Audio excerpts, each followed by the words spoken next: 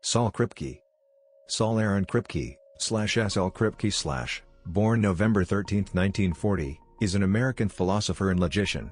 He is a distinguished professor of philosophy at the Graduate Center of the City University of New York and emeritus professor at Princeton University. Since the 1960s, Kripke has been a central figure in a number of fields related to mathematical logic, philosophy of language, philosophy of mathematics, metaphysics, epistemology, and set theory. Much of his work remains unpublished or exists only as tape recordings and privately circulated manuscripts. Kripke was the recipient of the 2001 Schock Prize in Logic and Philosophy. Kripke has made influential and original contributions to logic, especially modal logic. His work has profoundly influenced analytic philosophy. His principal contribution is a semantics for modal logic involving possible worlds, now called Kripke semantics. Another of his most important contributions is his argument that necessity is a metaphysical notion that should be separated from the epistemic notion of a priori, and that there are necessary truths that are a posteriori truths, such as that water is H2O. He has also contributed an original reading of Wittgenstein, referred to as Kripkenstein. A 1970 Princeton lecture series, published in book form in 1980 as Naming and Necessity, is considered one of the most important philosophical works of the 20th century. Life and career. Saul Kripke is the oldest of three children born to Dorothy K. Kripke and Rabbi Meir S. Kripke. His father was the leader of Bethel Synagogue, the only conservative congregation in Omaha, Nebraska. His mother wrote educational Jewish books for children. Saul and his two sisters, Madeline and Netta, attended Dundee Grade School and Omaha Central High School. Kripke was labeled a prodigy, teaching himself ancient Hebrew by the age of 6, reading Shakespeare's complete works by 9, and mastering the works of Descartes and complex mathematical problems before finishing elementary school. He wrote his first completeness theorem in Modal Logic at 17, and had it published a year later. After graduating from high school in 1958, Kripke attended Harvard University and graduated summa cum laude in 1962 with a bachelor's degree in mathematics. During his sophomore year at Harvard, he taught a graduate-level logic course at nearby MIT. Upon graduation he received a Fulbright Fellowship, and in 1963 was appointed to the Society of Fellows. Kripke later said, "I wish I could have skipped college. I got to know some interesting people but I can't say I learned anything. I probably would have learned it all anyway just reading on my own." After briefly teaching at Harvard, in 1968 Kripke moved to Rockefeller University in New York City, where he taught until 1976. In 1978 he took a chaired professorship at Princeton University. In 1988 he received the university's Berman Award for Distinguished Achievement in the Humanities. In 2002 Kripke began teaching at the CUNY Graduate Center, and in 2003 he was appointed a Distinguished Professor of Philosophy there. Kripke has received honorary degrees from the University of Nebraska, Omaha, 1977, Johns Hopkins University, 1997, University of Haifa, Israel, 1998, and the University of Pennsylvania, 2005. He is a member of the American Philosophical Society and an elected Fellow of the American Academy of Arts and Sciences, and in 1985 was a corresponding Fellow of the British Academy. He won the Schock Prize in Logic and Philosophy in 2001. Kripke was married to philosopher Margaret Gilbert. He is the second cousin once removed of television writer, director, and producer Eric Kripke. Work. Kripke's contributions to philosophy include: he has also contributed to set theory, see admissible ordinal and Kripke-Platek set theory. Modal logic.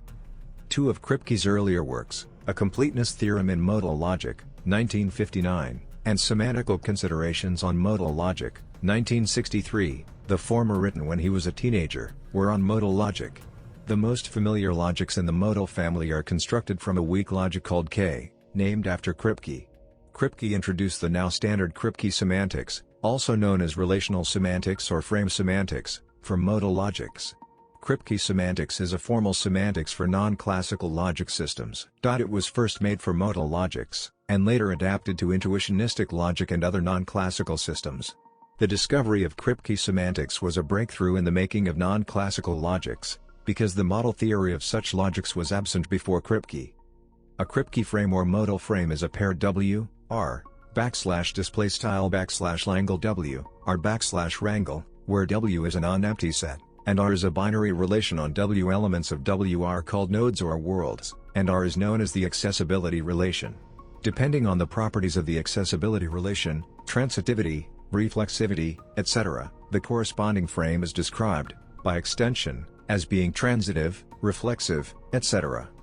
A Kripke model is a triple W, R, \displaystyle \langle W, R, \dash \rangle, where W, R, \displaystyle \langle W, R \rangle, is a Kripke frame, and \displaystyle dash is a relation between nodes of W and modal formulas, such that we read WA \displaystyle W \dash A as W satisfies A is satisfied in W, or W forces A. The relation \displaystyle dash is called the satisfaction relation, evaluation, or forcing relation.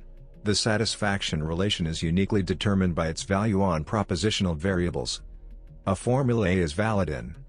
We define THMC to be the set of all formulas that are valid in C. Conversely, if X is a set of formulas, let mod X be the class of all frames which validate every formula from X. A modal logic, i.e., a set of formulas, L is sound with respect to a class of frames C, if L THMC.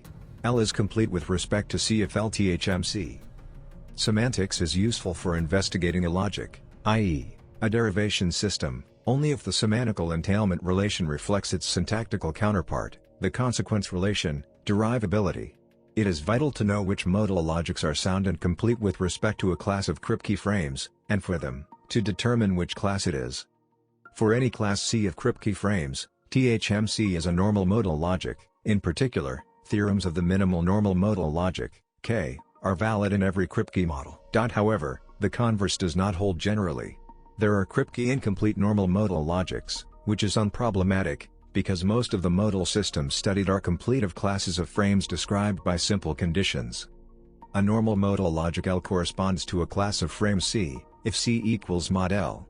In other words, C is the largest class of frames such that L is sound WRTC. It follows that L is Kripke complete if and only if it is complete of its corresponding class. Consider the schema T, medium square, A, \displaystyle \box A \2A. T is valid in any reflexive frame W, R, \displaystyle \langle W, R \rangle, if W, medium square, A, \displaystyle W \dash box A, then WA, \displaystyle W \dash A, since W are W. On the other hand, a frame which validates T has to be reflexive, fixed WW, and define satisfaction of a propositional variable P as follows: UP, \displaystyle U \dash P, if and only if W are U.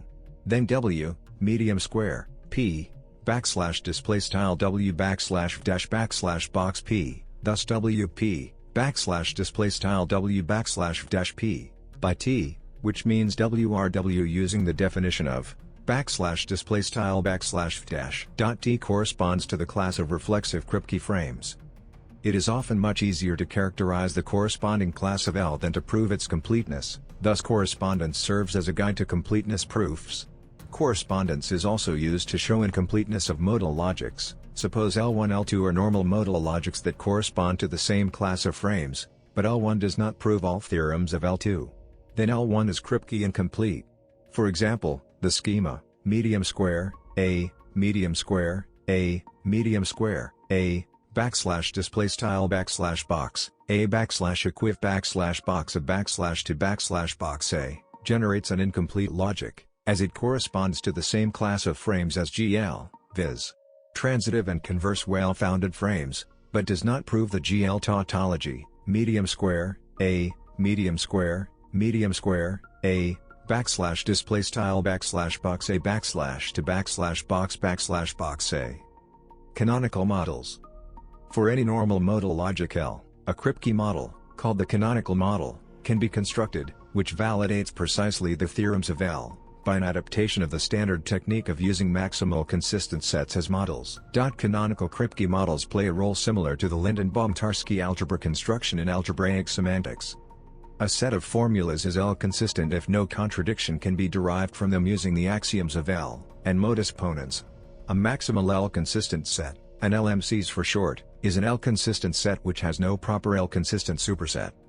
The canonical model of L is a Kripke model W, R, \display style \Langle W, R, \\Rangle, where W is the set of all LMCs, and the relations R and \display style \, are as follows. The canonical model is a model of L, as every LMCs contains all theorems of L. By Zorn's lemma, each L-consistent set is contained in an LMCs, in particular every formula unprovable in L has a counterexample in the canonical model. The main application of canonical models are completeness proofs. Properties of the canonical model of K immediately imply completeness of K with respect to the class of all Kripke frames. This argument does not work for arbitrary L, because there is no guarantee that the underlying frame of the canonical model satisfies the frame conditions of L.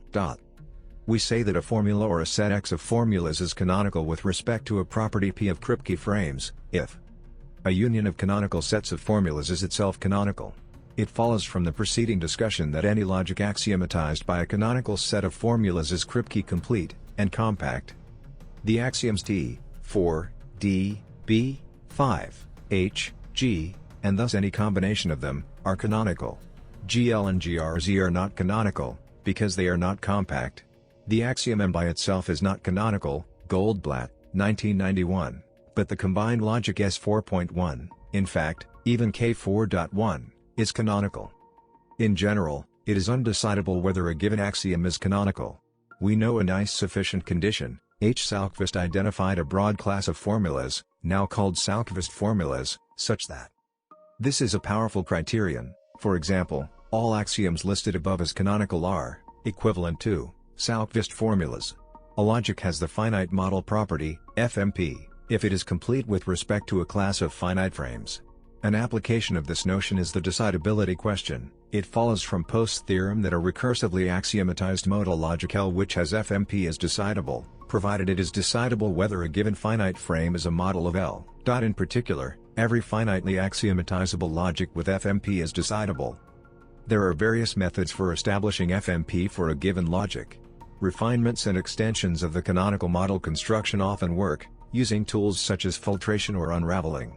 As another possibility, completeness proofs based on cut-free sequent calculi usually produce finite models directly. Most of the modal systems used in practice, including all listed above, have FMP. In some cases, we can use FMP to prove Kripke completeness of a logic. Every normal modal logic is complete WRT, a class of modal algebras, and a finite modal algebra can be transformed into a Kripke frame. As an example, Robert Bull proved using this method that every normal extension of S4.3 has FMP, and is Kripke complete. Kripke semantics has a straightforward generalization to logics with more than one modality. A Kripke frame for a language with medium square, III, \display style, \box I \mid comma I and I as the set of its necessity operators consists of a non-empty set W equipped with binary relations re for each II. The definition of a satisfaction relation is modified as follows. Carlson Models. A simplified semantics, discovered by Tim Carlson, is often used for polymodal provability logics. A Carlson model is a structure W, R, D I, \display style \Langle W, R, \D sub I, underscore I in I, \Rangle, with a single accessibility relation R, and subsets DW for each modality. Satisfaction is defined as. Carlson models are easier to visualize and to work with than usual polymodal Kripke models. There are, however, Kripke complete polymodal logics which are Carlson incomplete. In Semantical Considerations on Modal Logic, published in 1963, Kripke responded to a difficulty with classical quantification theory. The motivation for the world-relative approach was to represent the possibility that objects in one world may fail to exist in another. If standard quantifier rules are used, however, every term must refer to something that exists in all the possible worlds. This seems incompatible with our ordinary practice of using terms to refer to things that exist contingently. Kripke's response to this difficulty was to eliminate terms. He gave an example of a system that uses the world-relative interpretation and preserves the classical rules. However, the costs are severe. First, his language is artificially impoverished, and second, the rules for the propositional modal logic must be weakened. Kripke's possible worlds theory has been used by narratologists, beginning with Pavel and Dolezal, to understand readers' manipulation of alternative plot developments, or the characters' planned or fantasized alternative action series. This application has become especially useful in the analysis of hyperfiction. Intuitionistic logic. Kripke's semantics for intuitionistic logic follows the same principles as the semantics of modal logic, but uses a different definition of satisfaction. An intuitionistic Kripke model is a triple W, less than or equal to, \displaystyle\langle W, \look, \dash\wrangle, where W, less than or equal to, \displaystyle\langle W, \look, \wrangle, is a partially ordered Kripke frame, and \displaystyle\dash satisfies the following conditions. Intuitionistic logic is sound and complete with respect to its Kripke semantics, and it has the finite model property. Intuitionistic first-order logic. Let L be a first-order language. A Kripke model of L is a triple W, less than or equal to, MW, WW, \displaystyle\langle W, \look, M sub W, underscore W and W \wrangle, where W, less than or equal to, \displaystyle\langle W, \look, \wrangle, is an intuitionistic Kripke frame. MW is a classical L structure for each node WW, and the following compatibility conditions hold whenever U less than or equal to V. Given an evaluation E of variables by elements of MW, we define the satisfaction relation WA, \displaystyle W \dash. Here EXA is the evaluation which gives X the value A, and otherwise agrees with E. Naming and necessity. The three lectures that form naming and necessity constitute an attack on descriptivist theory of names. Kripke attributes variants of descriptivist theories to Frege, Russell, Wittgenstein, and John Searle, among others. According to descriptivist theories, proper names either are synonymous with descriptions, or have their reference determined by virtue of the names being associated with a description or cluster of descriptions that an object uniquely satisfies. Kripke rejects both these kinds of descriptivism. He gives several examples purporting to render descriptivism implausible as a theory of how names get their references determined. For example, surely Aristotle could have died at age 2 and so not satisfied any of the descriptions we associate with his name, but it would seem wrong to deny that he was still Aristotle. As an alternative, Kripke outlined a causal theory of reference, according to which a name refers to an object by virtue of a causal connection with the object as mediated through communities of speakers. He points out that proper names, in contrast to most descriptions, are rigid designators, that is, a proper name refers to the named object in every possible world in which the object exists, while most descriptions designate different objects in different possible worlds. For example, Richard Nixon refers to the same person in every possible world in which Nixon exists, while the person who won the United States presidential election of 1968 could refer to Nixon, Humphrey, or others in different possible worlds. Kripke also raised the prospect of a posteriori necessities, facts that are necessarily true, though they can be known only through empirical investigation. Examples include Hesperus is Phosphorus, Cicero is Tully, water is H2O, and other identity claims where two names refer to the same object. Finally, Kripke gave an argument against identity materialism in the philosophy of mind, the view that every mental particular is identical with some physical particular. Kripke argued that the only way to defend this identity is as an a posteriori necessary identity, but that such an identity, for example, that pain is C fibers firing, could not be necessary, given the clearly conceivable possibility that pain could be separate from the firing of C fibers, or the firing of C fibers be separate from pain. Similar arguments have since been made by David Chalmers. In any event, the psychophysical identity theorist, according to Kripke, incurs a dialectical obligation to explain the apparent logical possibility of these circumstances, since according to such theorists they should be impossible. Kripke delivered the John Locke Lectures in Philosophy at Oxford in 1973. Titled Reference and Existence, they were in many respects a continuation of Naming and Necessity, and deal with the subjects of fictional names and perceptual error.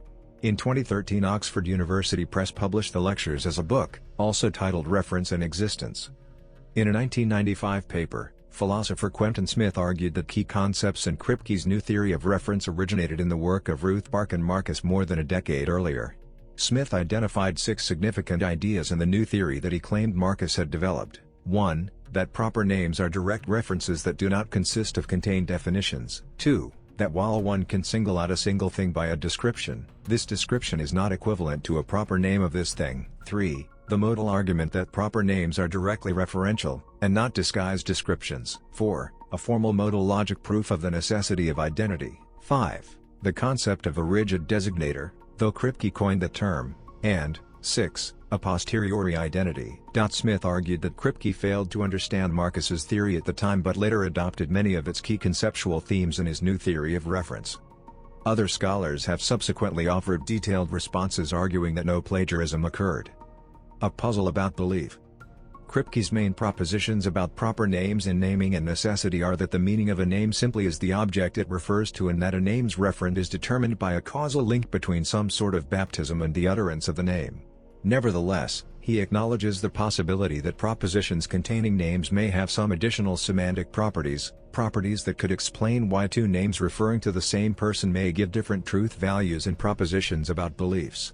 For example, Lois Lane believes that Superman can fly, although she does not believe that Clark Kent can fly. This can be accounted for if the names Superman and Clark Kent, though referring to the same person, have distinct semantic properties. But in his article A Puzzle About Belief, Kripke seems to oppose even this possibility. His argument can be reconstructed as follows: the idea that two names referring to the same object may have different semantic properties is supposed to explain that co-referring names behave differently in propositions about beliefs, as in Lois Lane's case. But the same phenomenon occurs even with co-referring names that obviously have the same semantic properties. Kripke invites us to imagine a French, monolingual boy, Pierre, who believes that Londres est jolie, London is beautiful. Pierre moves to London without realizing that London equals Londres. He then learns English the same way a child would learn the language, that is, not by translating words from French to English. Pierre learns the name London from the unattractive part of the city where he lives, and so comes to believe that London is not beautiful. If Kripke's account is correct, Pierre now believes both that Londres is jolie and that London is not beautiful. This cannot be explained by co-referring names having different semantic properties. According to Kripke, this demonstrates that attributing additional semantic properties to names does not explain what it is intended to. Wittgenstein. First published in 1982, Kripke's Wittgenstein on Rules and Private Language contends that the central argument of Wittgenstein's philosophical investigation centers on a devastating rule-following paradox that undermines the possibility of our ever following rules in our use of language. Kripke writes that this paradox is the most radical and original skeptical problem that philosophy has seen to date, and that Wittgenstein does not reject the argument that leads to the rule-following paradox, but accepts it and offers a skeptical solution to ameliorate the paradox's destructive effects.